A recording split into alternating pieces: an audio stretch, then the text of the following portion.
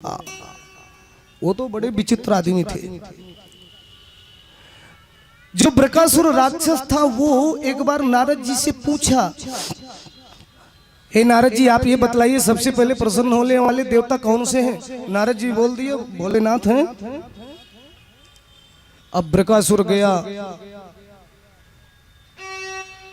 भगवान भोलेनाथ की स्तुति करने लगा। स्तुति करते करते करते करते जब भगवान भोलेनाथ प्रकट नहीं हुए तो हाथ काट करके चढ़ा देता भगवान भोलेनाथ पर, कभी पैर काट करके भोलेनाथ पर चढ़ा देता।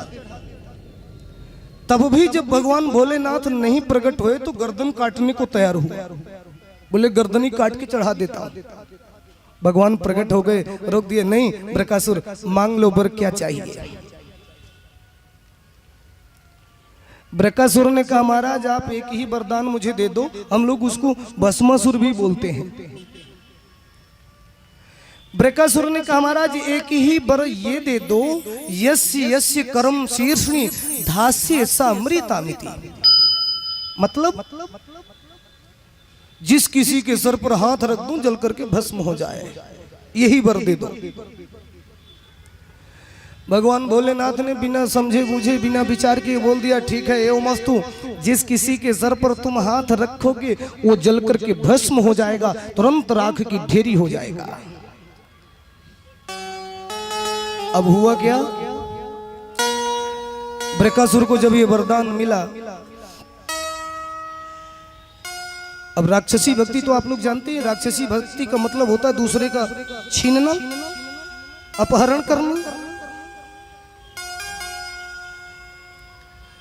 बृकासुर के मन में आया कि जो भोलेनाथ के बाजू में जो गौरी जी खड़ी है ना, भागवत में लिखा है कि गौरी हरण लालसा।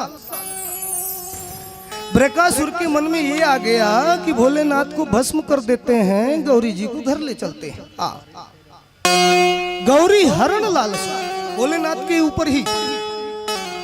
अब वो भोलेनाथ के ऊपर ही हाथ धरने को आगे हुआ बृकासुर, बोले आपके ही सर पर हाथ रखेंगे। अब भोलेनाथ हड़बड़ाए, अब वरदान है तो असर तो करेगा ही। अब भोलेनाथ आगे आगे पीछे पीछे बृकासुर। अब भोलेनाथ बड़ी तेजी से भगे, भगते भगते लगभग 40 किलोमीटर प्रति घंटे की रफ्तार से भगे।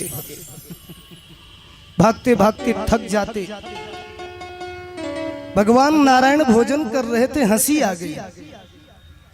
रुक्मिणी माता ने कहा आप हंसे क्यों भाई? नहीं नहीं